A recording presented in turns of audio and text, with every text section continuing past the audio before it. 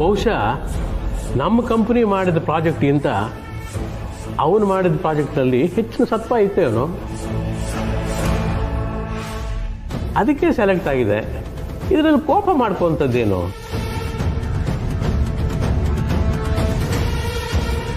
ಗೆದ್ದಿದ್ದು ನಮ್ಮ ಮನೆ ಮಗ ತಾನೇ, ಖುಷಿ ಪಡೋ ವಿಚಾರ ಅಮ್ಮ. ಕಾರ್ತಿಕ್, ಕಂಗ್ರಾಟ್ಸ್ ಗಣೋ. ಆ ಕೈನು ಕೊಡು.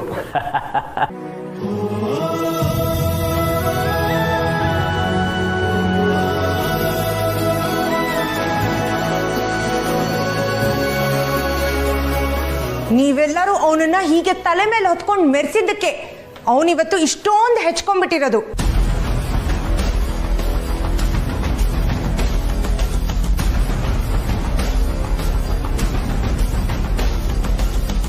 ಇವತ್ತು ನಮಗ್ ಗೊತ್ತಿಲ್ದಂಗೆ ಪ್ರಾಜೆಕ್ಟ್ ಕಳಿಸ್ತಾನೆ, ನಾಳೆ ಇಡೀ ಕಂಪನಿಗೆ ಮೋಸ ಮಾಡ್ತಾನೆ.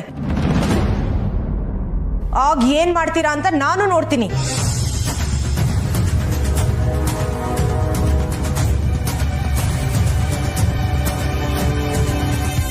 ಕೀರ್ತನ, ನಾಲಿಗೆ ಮೇಲೆ ಹಿಡ್ತಾ ಇರಲಿ.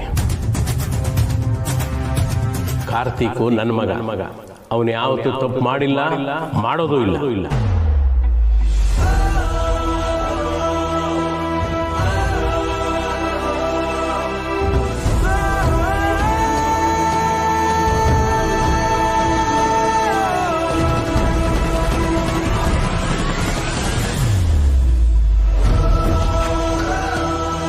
ಅಷ್ಟಕ್ಕೂ ಸೋತವ್ರ ಬಗ್ಗೆ ಪ್ರಶ್ನೆ ಮಾಡೋ ಅಧಿಕಾರನೂ ಇರಲ್ಲ, ಅರ್ಹತೆನೂ ಇರಲ್ಲ.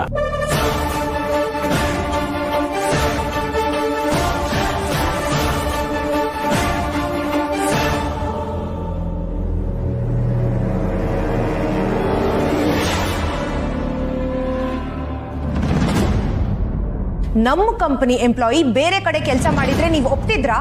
ಇಲ್ಲ ತಾನೆ? ಇದು ಹಾಗೇನೆ ಅಪ್ಪ. ನಮ್ಮ ಜೊತೆಗೆ ಇದ್ಕೊಂಡು ಛೇ, ಇದು ತಪ್ಪು ಅಪ್ಪ.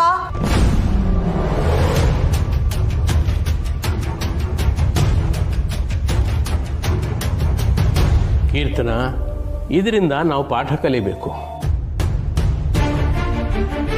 ಜೊತೆಯಲ್ಲಿ ಇದು ಕಾರ್ತಿಕನನ್ನ ಗುರುತಿಸಲಿಲ್ಲ, ಆದರೆ ಅವನು ತನ್ನ ಛಲ ಬಿಡಲಿಲ್ಲ, ತನ್ನ ಬಲವನ್ನ ಅವನೇ ಗುರುತಿಸ್ಕೊಂಡ.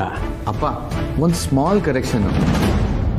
ಇದರಲ್ಲಿ ನನ್ನ ಪಾತ್ರಕ್ಕಿಂತ ಸತ್ಯನ್ ಸಹಕಾರನೇ ಜಾಸ್ತಿ ಇದೆ. ರೀ, ನೀವು ಮಾಡಿದ ಯಾಕೋ ನನಗೆ ಸರಿ ಅನಿಸ್ತಾ ಇಲ್ಲ ರೀ.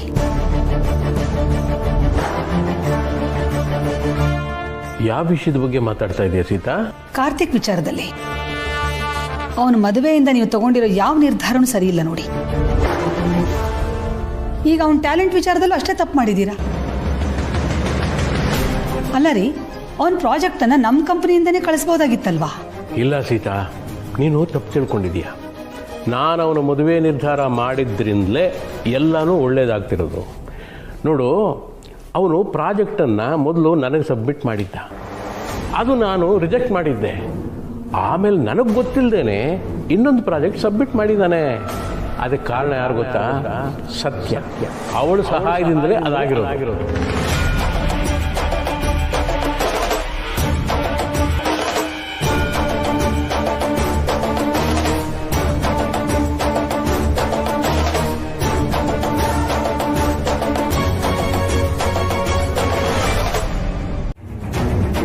ಪ್ರತಿಭೆ ಇದ್ದವರು ಅವಕಾಶಕ್ಕೋಸ್ಕರ ಕಾಯಲ್ಲ, ಅವಕಾಶನ ಸೃಷ್ಟಿ ಮಾಡ್ಕೋತಾರೆ.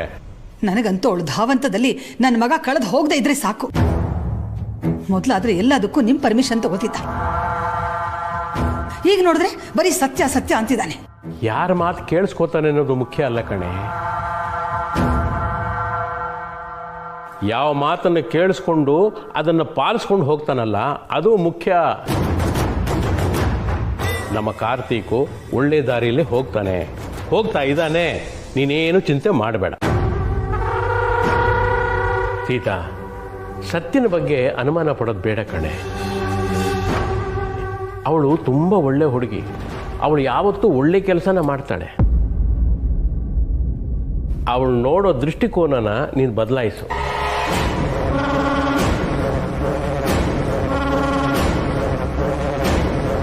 ಕಾರ್ತಿಕ್ ಮತ್ತು ಸತ್ಯಳ ಬಗ್ಗೆ ಒಂದು ಮುಖ್ಯವಾದ ನಿರ್ಧಾರ ತಗೊಂಡಿದ್ದೀನಿ. ಅದಕ್ಕೆ ನಾಳೆ ನಿನಗೆ ಉತ್ತರ ಸಿಗುತ್ತೆ.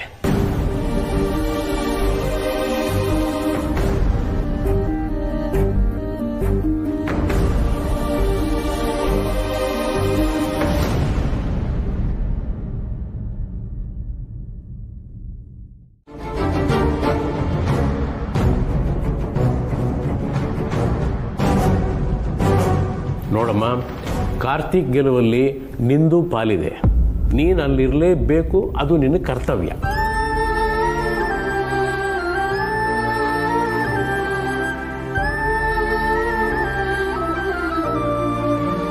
ಇಬ್ಬರೂ ಒಟ್ಟಿಗೆ ಹೊರಡ್ತೀರಾ, ಪ್ರಶಸ್ತಿ ನಿಮಗೇ ಸಿಗುತ್ತೆ. All the best.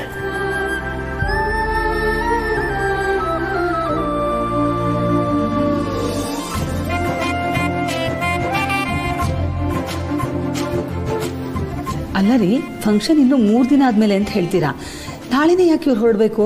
ನಾನು ನಿರ್ಧಾರ ಮಾಡಿ ಆಗಿದೆ.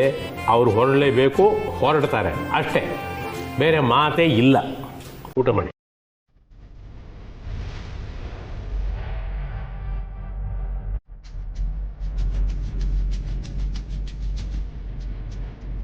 ಕಾರ್ತಿಕ್ ಮತ್ತು ಸತ್ಯಳ ಬಗ್ಗೆ ಒಂದು ಮುಖ್ಯವಾದ ನಿರ್ಧಾರ ತಗೊಂಡಿದ್ದೀನಿ. ಅದಕ್ಕೆ ನಾಳೆ ನಿನಗೆ ಉತ್ತರ ಸಿಗುತ್ತೆ.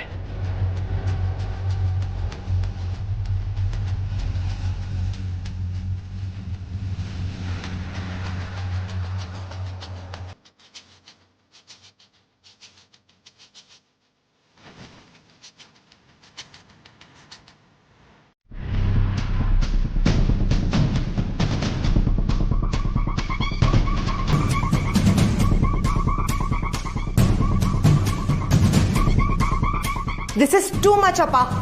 ಅವ್ರ ಲೈಫು ಅವ್ರು ನೋಡ್ಕೋತಾರೆ, ನೀವ್ ಯಾಕೆ ಇಷ್ಟೊಂದು ಟೈಮ್ ಇನ್ವೆಸ್ಟ್ ಮಾಡ್ತಿದ್ದೀರಾ? ಸತ್ಯ ಇಷ್ಟು ದಿನ ನಮ್ಮ ಮನೆ ಸೊಸೆಯಾಗಿ ಈ ಮನೆ ಆಚಾರ ವಿಚಾರಗಳನ್ನು ಕಲ್ತ್ಕೊಳ್ಳೋದ್ರಲ್ಲೇ ಕಾಲ ಕಳೆದುಬಿಟ್ಲು. ಒಂದು ದಿನ ಆದರೂ ಅವರಿಬ್ಬರಿಗೆ ಗಂಡ ಹೆಂಡತಿ ಅಂತ ಏಕಾಂತ ಕೊಟ್ಟಿದ್ದೀವ?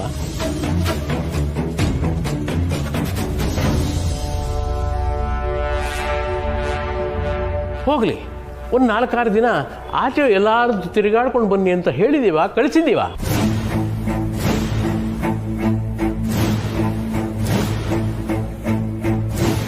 ಅದಕ್ಕೆ ಇದೇ ಸರಿಯಾದ ಸಮಯ ಅಂತ ಇದೆಲ್ಲ ಪ್ಲಾನ್ ಮಾಡಿದ್ದು. ರೀ, ನಮ್ಮ ಕಾಲದಲ್ಲಿ ನಾವೇನು ಸುತ್ತಾಡಕ್ ಹೋಗಿದ್ವಾ? ನಮ್ಮ ಕಾಲನೇ ಬೇರೆ ಸೀತಾ, ಈಗಿನ ಕಾಲನೇ ಬೇರೆ. ನಮ್ಮ ಹೋಗಿನ ನೇರಕ್ಕೆ ನಡೆಯೋಕ್ಕಾಗತ್ತಾ? ನೀವೇನೇ ಹೇಳಿ, ಕಾರ್ತಿಕ್ ಜೊತೆ ಸತ್ಯನ್ ಕಳಿಸ್ತಾ ಇರೋದು ನನಗೆ ಸ್ವಲ್ಪನೂ ಇಷ್ಟ ಇಲ್ಲ. ನೋಡಿ ಸೀತಾ, ಸತ್ಯ ಈಗಿನ ಕಾಲದ ಹುಡುಗಿ. ಈಗಿನ ಕಾಲದ ಹುಡುಗಿಯರು ಎಲ್ಲರೂ ಮುಂದೆ ಬರ್ತಾ ಇದ್ದಾರೆ. ಹಾಗೆ ಇವಳು ನಡ್ಕೊಳ್ಳಿ ಬಿಡು.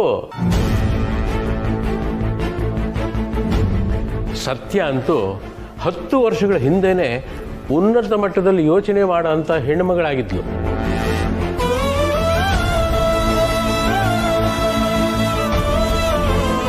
ಬಹುಶಃ ನೀನು ಹೇಳೋ ಹಾಗೆ ಅವಳು ಕಡಿಮೆ ಕಲ್ತಿರಬಹುದು. ಆದರೆ ಅವಳ ಜೀವನದ ಪಾಠ ಎಲ್ಲಕ್ಕಿಂತ ದೊಡ್ಡದು. ಅಂತ ಹುಡುಗಿ ನಮ್ಮ ಮನೆ ಅಂದ್ರೆ ಈ ಕೋಟೆ ಮನೆ ಸೊಸೆ ಆಗಬೇಕು ಅಂತಂದ್ರೆ ನಾವು ಪುಣ್ಯ ಮಾಡಿರ್ಬೇಕು ಕಣೆ. ಅಪ್ಪ ಪ್ಲೀಸ್, ಅವಳು ಜೀವನದ ಪಾಠನ ನಮ್ಮ ಕಾರ್ತಿಕ್ ಎಜುಕೇಶನ್ಗೆ ಹೋಲಿಸ್ಬೇಡಿ. ಅವಳು ನಟ್ಟು ಬೋಲ್ಟು ಎಲ್ಲಿ, ನಮ್ಮ ಕಾರ್ತಿಕ್ MBA ಕ್ವಾಲಿಫಿಕೇಶನ್ ಎಲ್ಲಿ?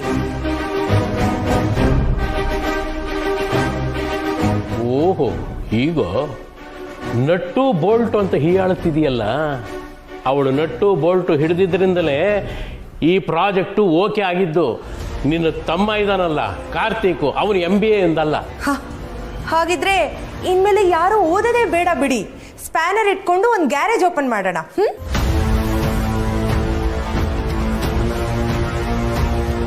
ಸತ್ಯಾಳ ಗ್ಯಾರೇಜ್ ಎಕ್ಸ್ಪೀರಿಯನ್ಸು ಮತ್ತು ನಮ್ಮ ಕಾರ್ತಿಕನ ಬುದ್ಧಿವಂತಿಕೆ ನಮ್ಮ ಕಂಪನಿಲಿ ಆಟೋಮೊಬೈಲ್ ಸೆಕ್ಟರ್ನ ಓಪನ್ ಮಾಡೋದಕ್ಕೆ ಧೈರ್ಯ ಕೊಡ್ತಾ ಇದೆ. ಮಾಡ್ಕೊಂಡು ಕಾಲ್ ಮಾಡ್ಬಿಟ್ಟಿದ್ದೀರಾ? ವಿಷಯ ಇದೆ, ವಿಷಯ ಇಲ್ಲದೆ ನಾನು ನಿನ್ನನ್ನು ನೆನಪಿಸ್ಕೋತೀನ ಬಾಲ. ಹೇಳಿ ಮೇಡಮ್, ನನ್ನಿಂದ ಏನಾಗಬೇಕು? ಒಂದು ಕೆಲಸ ಆಗಬೇಕು. ಇದು ಸ್ವಲ್ಪ ದೊಡ್ಡ ವಿಷಯನೇ. ನೀನು ನಾನು ಹೇಳ್ದಾಗೆ ಮಾಡಬೇಕು. ಅದು ಸದ್ಯಕ್ಕೆ ಸಿಟಿ ಲೈಫಿಂದ ದೂರ ಇದ್ದೀನಿ. ನೀವು ಹೇಳಿದ್ದೆಲ್ಲ ಮಾಡೋಕ್ಕಾಗ ಡೌಟೇ ಆಗಲ್ಲ ಬಿಡಿ ಮೇಡಮ್. ವಾಟ್? ನನಗೆ ನೋ ಅಂತಿದ್ಯಾ? ನನಗೂ ನಿಮಗೂ ಮಧ್ಯೆ ಏನೂ ಇಲ್ಲ ಅಂದಾಗ ನೋ ಹೇಳಕ್ಕೆ ನೋ ಪ್ರಾಬ್ಲಮ್. ನೀನು ನನಗೆ ಕೆಲಸ ಮಾಡಿಕೊಟ್ಟೆ ಕೊಡ್ತೀಯ ಬಾಲ. I am very sure about it. ಮಾಡಲ್ಲ ಅಂದ್ರೆ ಆ ಆಪ್ಷನ್ನು ನಿನಗಿಲ್ವೇ ಇಲ್ಲ ಬಾಲ. ನಿನಗೆ ದಿವ್ಯ ಬೇಕು, ಆ ದಿವ್ಯಂಗೆ ದುಡ್ಡು ಬೇಕು. ಆ ದುಡ್ಡನ್ನು ಕೊಡೋಳು ನಾನು. ಸೊ ನಾನು ಹೇಳ್ದಾಗೆ ನೀನು ಮಾಡೇ ಮಾಡ್ತೀಯ. ಅಬ್ಬಾ, ಸುಮ್ಮನೆ ತಮಾಷೆ ಮಾಡ್ತಿದ್ದೆ ಇಷ್ಟೊತ್ತು. ನಿಮ್ಗಿಲ್ಲ ಅಂತೀನ ಮೇಡಮ್. ಅದೇನು ಕೆಲಸ ಆಗ್ಬೇಕು ಹೇಳಿ. Good, very good.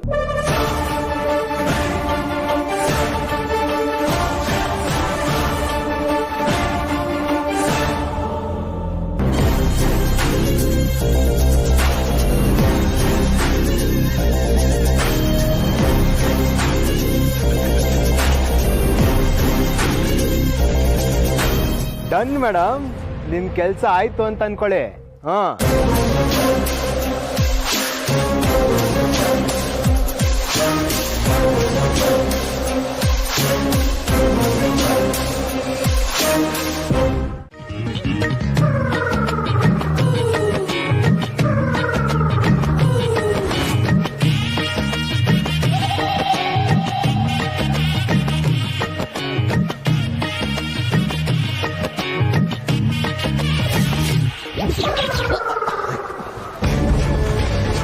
ಅಲ್ಲ ಡಾರ್ಲಿ, ಏನಾಯ್ತು? ನಿನಗೆ ಸ್ವಲ್ಪನಾದ್ರೂ ಕಾಮನ್ ಸೆನ್ಸ್ ಇದೆಯಾ ಸುಹಾಸ್? ಇಷ್ಟು ಆರಾಮಾಗಿ ಬಿದ್ಕೊಂಡು ಸಾಂಗ್ ಕೇಳ್ತಿದ್ಯಲ್ಲ, how can you be so irresponsible ಯಾ? ಅಲ್ಲ ಡಾರ್ಲಿಗೂ, ನಾನು ಏನು ಮಾಡಿದೆ ಅಂತ ಇಷ್ಟೊಂದು ಬೈತಿದ್ಯಾ? ಹೊರಡಲ್ವಾ? ಹೊರಡೋದಾ? ಎಲ್ಲಿಗೆ? ಏನಾದರೂ ಫಂಕ್ಷನಾ? ಓ ಗಾಡ್ ಸುಹಾಸ್, ಕಾರ್ತಿಕ್ ಸತ್ಯ ಹೋಗೋ ಜಾಗಕ್ಕೆ ನೀನು ಹೋಗ್ಬೇಕು ಅಂತ ಹೇಳಿದ್ದೆ ತಾನೆ? ಯಾ ಯು ಆರ್ ರೈಟ್ ಡಾರ್ಲಿಗೂ. ಆದರೆ ಅದು ನಾಳೆ ಬೆಳಿಗ್ಗೆ ಅಲ್ವಾ? ನಾಳೆ ಬೆಳಗ್ಗೆನೆ ಸುಹಾಸ್. ಬಟ್ ಅದಕ್ಕೆ ಹೋಗ್ಬೇಕಾಗಿರೋ ತಯಾರಿ ಎಲ್ಲ ಮಾಡ್ಕೊಂಡಿದ್ಯಾ? First of all bag pack ಮಾಡ್ಕೊಂಡಿದ್ಯಾ? ಅದಕ್ಕೇನಂತೆ ಟಕ್ ಅಂತ ಪ್ಯಾಕ್ ಆಗುತ್ತೆ. ಅದಕ್ಕೆ ಯಾಕೆ ನೀನು ಮೂಡ್ ಹಾಳು ಮಾಡ್ಕೋತೀಯಾ? ನಿನ್ನಂತ ಗಂಡನ್ನ ಕಟ್ಕೊಂಡ್ಮೇಲೆ ನನ್ನ ಮೂಡ್ ಹೇಗ್ ತಾನೇ ಸರಿ ಇರೋದಕ್ಕೆ ಸಾಧ್ಯ ಹೇಳು? ಮೊದಲು ಹೇಳಿದ ಕೆಲಸ ಮಾಡಿ ಹೋಗಿ ರೆಡಿ ಆಗು. ಓಕೆ ಡಾರ್ಲಿಗೂ. ನೀನ್ ಅಲ್ಲಿಗೆ ಹೋದ್ಮೇಲೆ ಏನ್ ಕೆಲಸ ಅನ್ನೋದು ಗೊತ್ತು ತಾನೆ?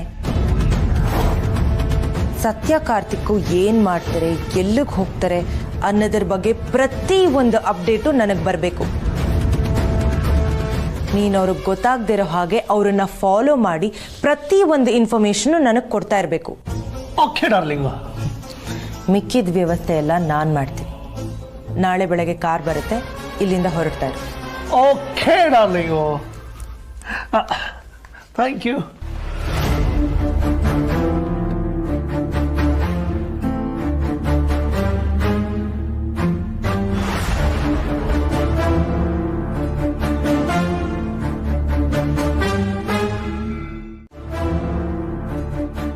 ಹೌದು ಕಣೋ, ನೀವೇನು ಹೊತ್ಕೊಂಡು ಹೋಗ್ತೀರಾ? ಇನ್ನೊಂದು ಬ್ಯಾಗ್ ಪ್ಯಾಕ್ ಮಾಡ್ಕೊಂಡು ಹೋಗೋದಲ್ವಾ? ಎಲ್ಲದಕ್ಕೂ ಕಾರಣ ಇದೆ ಚಿಕ್ಕಿ. ಇಂಪಾರ್ಟೆಂಟ್ ಆಗಿ ಏನೇನ್ ಬೇಕೋ ಅದನ್ನ ಮಾತ್ರ ತಗೊಂಡಿದೀವಿ. ಹಂಗೂ ಏನಾದ್ರೂ ಬೇಕಾದ್ರೆ ಅಲ್ಲೇ ತಗೊಂಡ್ರೆ ಆಯ್ತು. ಹೇಗೂ ಹೋಗ್ತಿರೋದು ಬೀಚ್ ಸೈಡ್ ಅಲ್ವಾ, ಅಲ್ಲಿ ಏನ್ ಬೇಕೋ ಅದೆಲ್ಲ ಸಿಗುತ್ತೆ.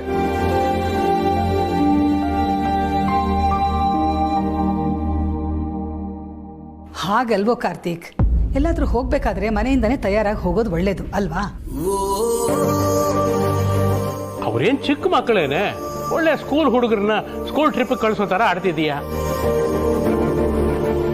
ನೋಡ್ರಪ್ಪ, ನೀವೇನು ಯೋಚನೆ ಮಾಡಿ ಹೋಗ್ಬಿಟ್ಟು ಬನ್ನಿ. ಹಾಂ ಸರಿಪ್ಪ, ಬರ್ತೀವಿ. ರಾಯರೇ, ಸೀತಮ್ಮ, ಹೋಗಿ ಬರ್ತೀವಿ.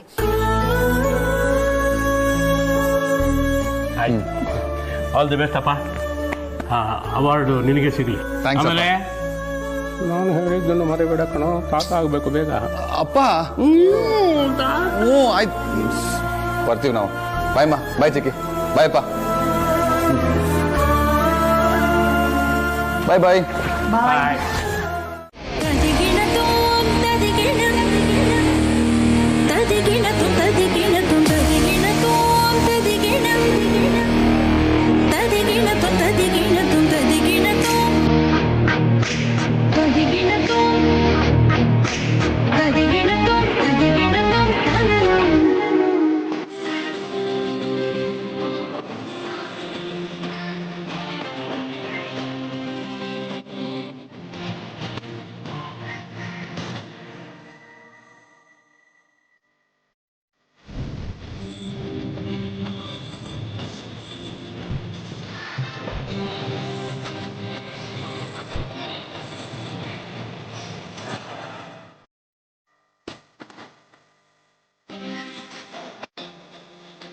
ಅಯ್ಯೋ, ನಮ್ಮದು ಒಂದು ಕಾಲ ಇತ್ತು, ಬೈಕ್ನಲ್ಲಿ ಜೂಮ್ ಅಂತ ಹೋಗ್ತಾ ಇದ್ವಿ. ಆ ಜಾಲಿ ರೈಡು, ಓವರ್ಟೇಕ್ ಮಾಡುವಾಗ ಆಹಾ ಎಂಥ ಮಜಾ. ಈಗ ಈ ಕಾರು, AC, ತೆರಿಗೆ ಇಲ್ಲೇ ಇಲ್ಲ. ನಾವು ಬೈಕಲ್ಲಿ ಹೋಗೋ ಥರ ಇದ್ದಿದ್ದಿದ್ರೆ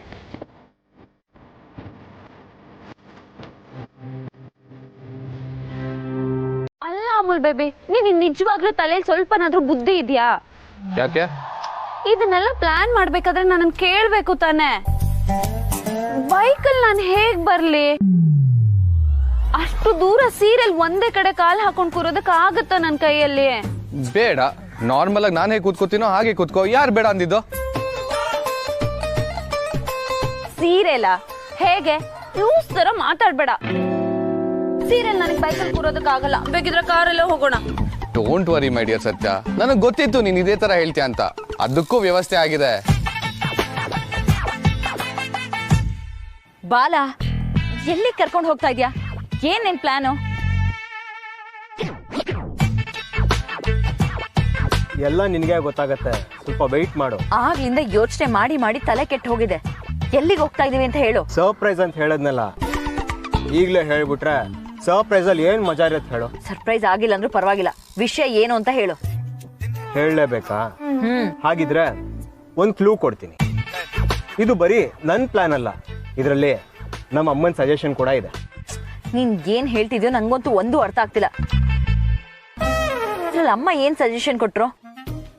ಅದೇ ದಿವ್ಯಾ, ಪ್ರೆಗ್ನೆನ್ಸಿ ವಿಚಾರನ ಅಮ್ಮನ ಹತ್ರ ಡಿಸ್ಕಸ್ ಮಾಡಿದೆ. ಅದಕ್ಕೆ ಅವರು ನಿನ್ ಮೂಡ್ ಚೇಂಜ್ ಆಗೋ ತರ ಏನಾದ್ರು ಮಾಡು ಅಂತ ಹೇಳಿದ್ರು. ಅದೇ ಟೈಮ್ಗೆ ನೀನ್ ಬೇರೆ ಹಳ್ಳಿ ಸಾಕಾಗೋಗಿದೆ ಅಂತ ಹೇಳ್ತಿದ್ದೆ. ಅದಕ್ಕೆ ನಿನ್ನ ಒಳ್ಳೆ ಟೂರ್ ಕರ್ಕೊಂಡು ಹೋಗೋಣ ಅಂತ ಡಿಸೈಡ್ ಮಾಡಿದೆ. ಟೂರಾ? ನಿಜವಾಗ್ಲು ನನಗಂತೂ ನಂಬಕ್ಕೆ ಆಗ್ತಿಲ್ಲ. ನಂಬಲೇಬೇಕು, ಇದೇ ಸತ್ಯ. ನನಗೆ ನಿನ್ ಖುಷಿ ಮುಂದೆ ಬೇರೆ ಏನು ಇಲ್ಲ ಬೇಬಿ. ನಿನ್ ಮುಖದ ಮೇಲೆ ಈ ಸ್ಮೈಲ್ ನೋಡೋದಕ್ಕೆ ನಾನು ಏನು ಬೇಕಾದ್ರೂ ಮಾಡ್ತೀನಿ. ಸದ್ಯ ನನ್ನನ್ನ ಹಳ್ಳಿಯಿಂದ ಕರ್ಕೊಂಬಂದಿಯಲ್ಲ, ಎಲ್ಲಿ ನನ್ನನ್ನ ಅಲ್ಲೇ ಕೊಳಿಸ್ತೀಯ ಅಂತ ಭಯ ಆಗ್ಬಿಟ್ಟಿತ್ತು. ಇವಾಗ ನೀನು ಮುಂಚಿನ ತರನೇ ಆಗಿದ್ಯಾ. ಹೌದು, ನಾವಿವಾಗ ಎಲ್ಲಿಗೆ ಹೋಗ್ತಾ ಇದೀವಿ? ಹನಿಮೂನ್ಗೆ.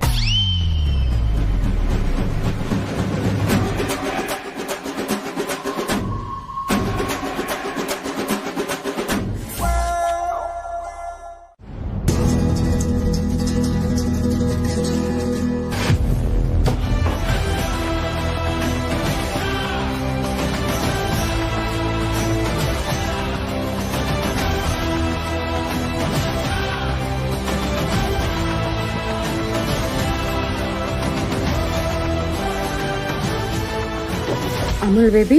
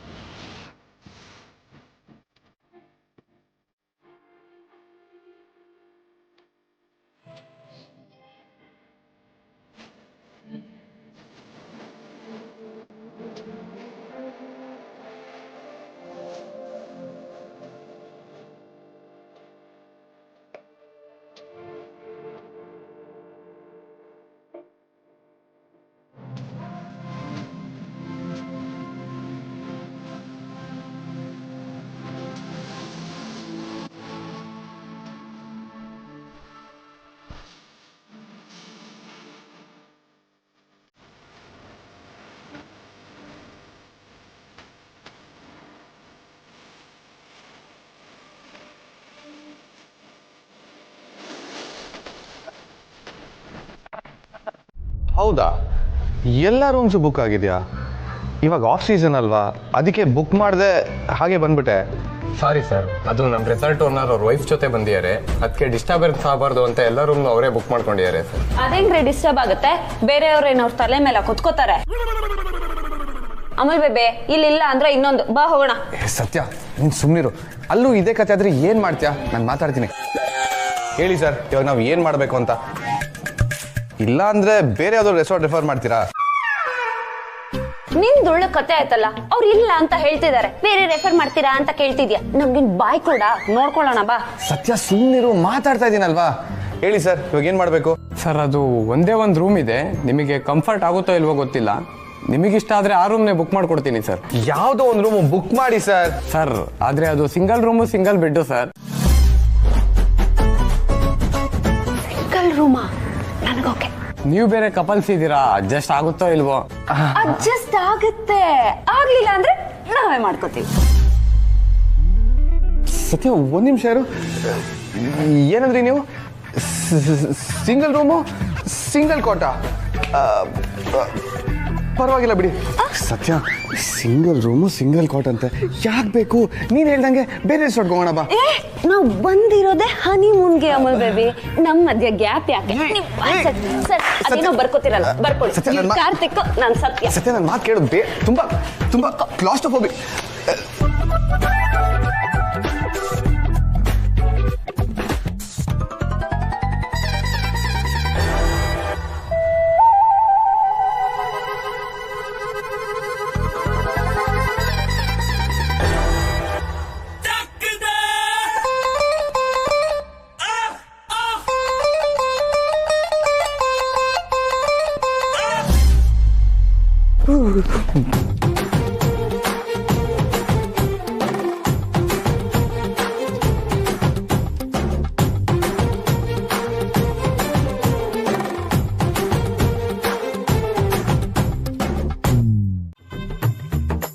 ಅವ್ರಿಂಥದ್ದು ಮಾಡಿಲ್ಲ ಅಂತ ಇಲ್ಲ, ಹೋಗ್ಲಿ ಬಿಡು. ಇವಾಗ ಅದೆಲ್ಲ ಯಾಕೆ? ಅಲ್ಲ ಬಾಲ, ಈ ರೆಸಾರ್ಟ್ ನಿಂದೆ ಅಂತ ಹೇಳ್ತಿದ್ಯಾ, ಇಲ್ಲೆಲ್ಲ ನೀನ್ ಹೇಳ್ದಂಗೆ ನಡೆಯುತ್ತೆ ಅಂತಾನೂ ಹೇಳ್ದೆ. ಹಂಗಿದ್ಮೇಲೆ ಊರಲ್ಲಿ ದುಡ್ಗೋಸ್ಕರ ಯಾಕೆ ಅಷ್ಟೊಂದು ಕಷ್ಟ ಪಡ್ತಿದೆ? ಯಾಕೆ ನಿಮ್ ರೆಸಾರ್ಟ್ ಅಲ್ಲಿ ಬಿಸ್ನೆಸ್ ಆಗಲ್ವಾ? ಈ ದುಡ್ಡನ್ನ ಯೂಸ್ ಮಾಡ್ಬೋದಿತ್ತಲ್ವಾ? ಪಾಯಿಂಟ್ ಮಾಡ್ಬೋದು ದಿವ್ಯಾ, ಆದ್ರೆ ಹಾಳು ಸ್ವಾಭಿಮಾನ, ಅಪ್ಪನ ದುಡ್ಡು ಬೇಡ ಅಂತ ಬದುಕ್ತಾ ಇದ್ದೀನಿ.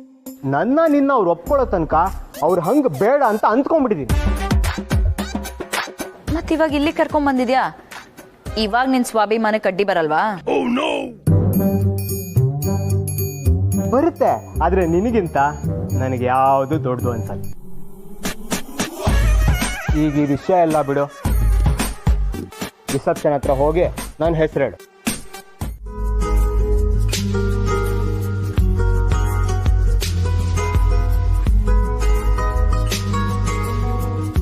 ಹೌದು, ಅದಕ್ಕೇನೆ.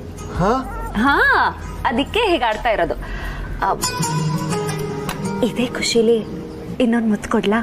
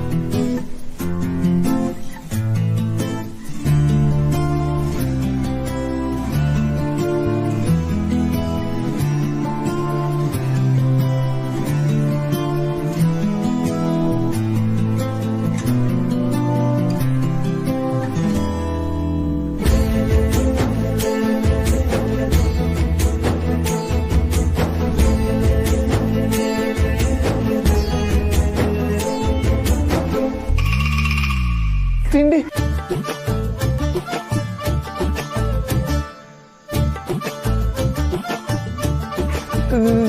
ತಿಂಡಿ ತಿನ್ನು ಸತ್ಯ.